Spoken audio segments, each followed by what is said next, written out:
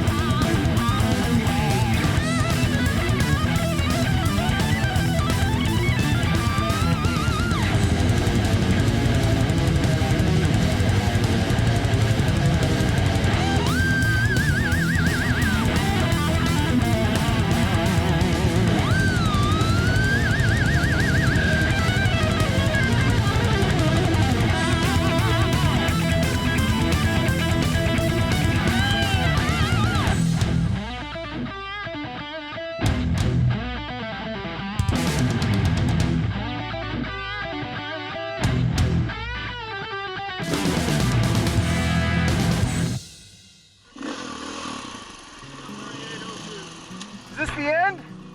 Yeah!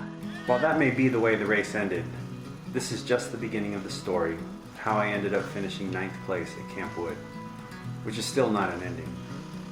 We're still in the early part of a long journey for me to become a competitive racer. For almost a year, I have been learning to ride in preparation for this particular race. Sure, I intended to race all of the AMRA events this year, but the race at Camp Wood has been a milestone on the horizon since my first race. It is considered by many novice and expert riders as the toughest race of the season. I've heard it said that many novice riders either skip it or work to earn points instead of racing it. Professional endurocross and extreme enduros rider Max Gersten was quoted by another rider as saying that this was the hardest C, or novice rider course, he has ever seen. And Max should know. He's been riding professionally for a long time. Max went on to win the race in the professional class. I, of course, had to let him know that Joe Rockstar is coming for his spot on the podium someday. When are you guys standing in my future spot? But I'm sure he has no idea who the idiot that shouted at him is.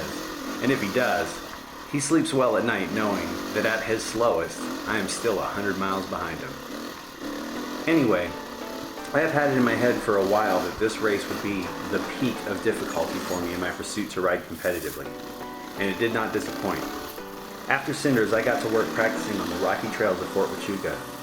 The terrain on Fort Huachuca has some similar characteristics to Camp Wood.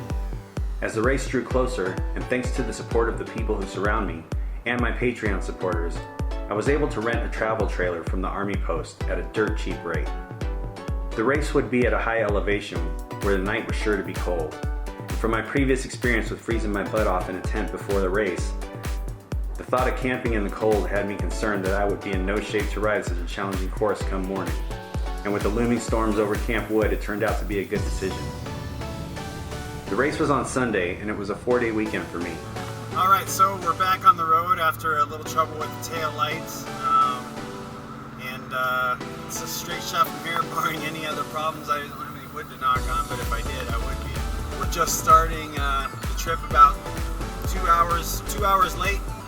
Once I got on the road, I had trouble with the turn signals on the trailer not working. Well, there's a problem. Thankfully, an excellent employee from RV City in Huachuca City, Arizona worked fast and even took a little electrical shock to have me back on the road in a matter of minutes. And so a big thanks goes out to the folks at RV City. Now, it was a long drive to begin with, and the traffic in Phoenix did not help. It took over 5 hours to get to Dewey, Humboldt, Arizona, where Ben, a fellow racer, had me over for dinner and let me camp in his yard. Ben was there at my first race in Kirkland, Arizona. A member of the Prescott Trail Riders Club, he has been a good mentor and a friend. He is responsible for getting me my first sponsor and has always provided good advice. In the morning, we went riding in what you could call his backyard, and I'm grateful for the opportunity to get a ride in such difficult terrain the day before the race.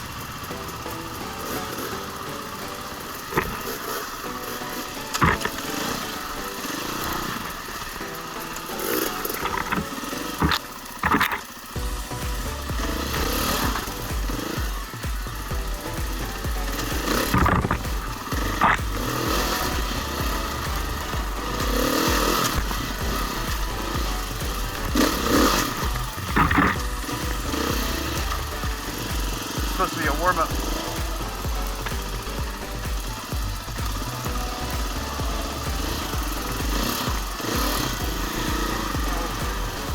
Ben's got a backyard that is much more technical than my backyard.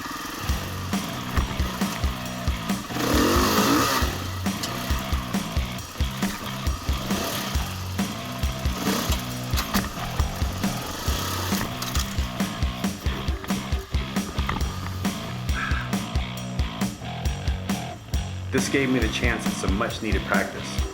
And on the way back, Ben let me ride his KTM 300 XCW.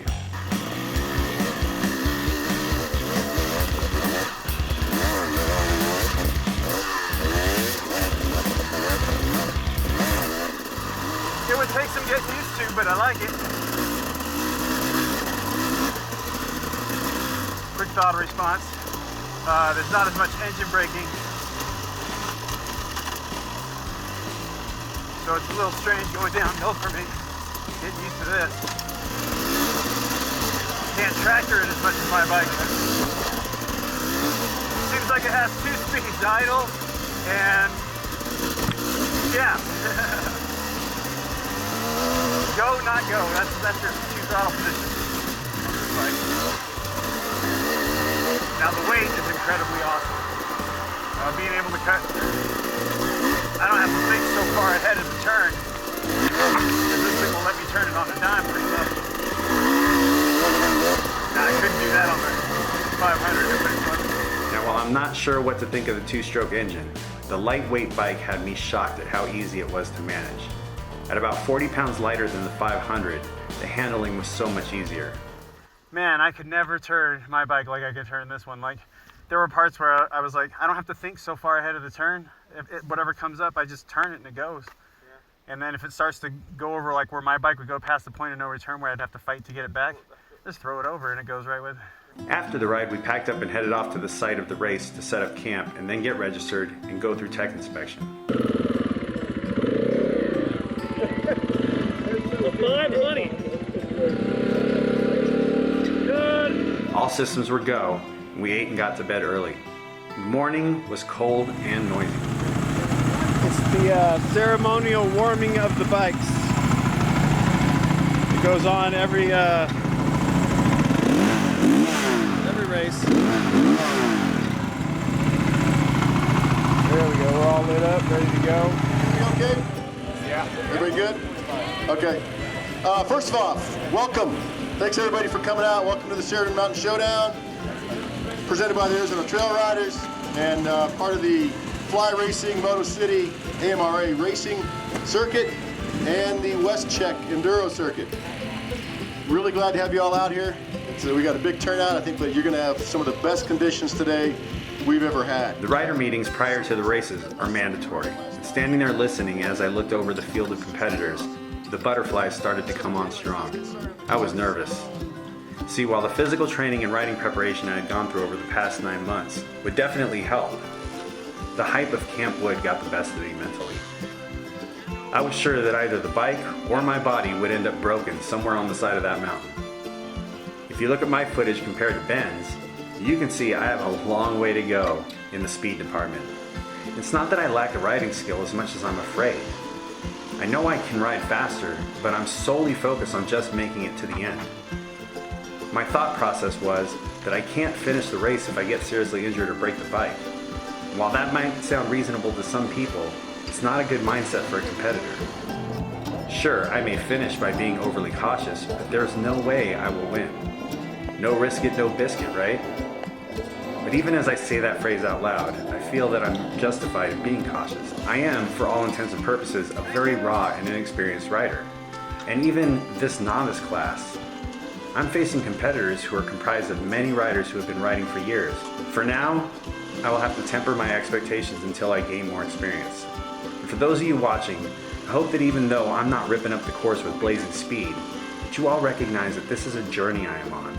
It's not a short one, and that success will not come overnight. And I hope that you find some value and entertainment in sharing this journey with me. Anyways, thanks for watching, and I'll see you guys next time.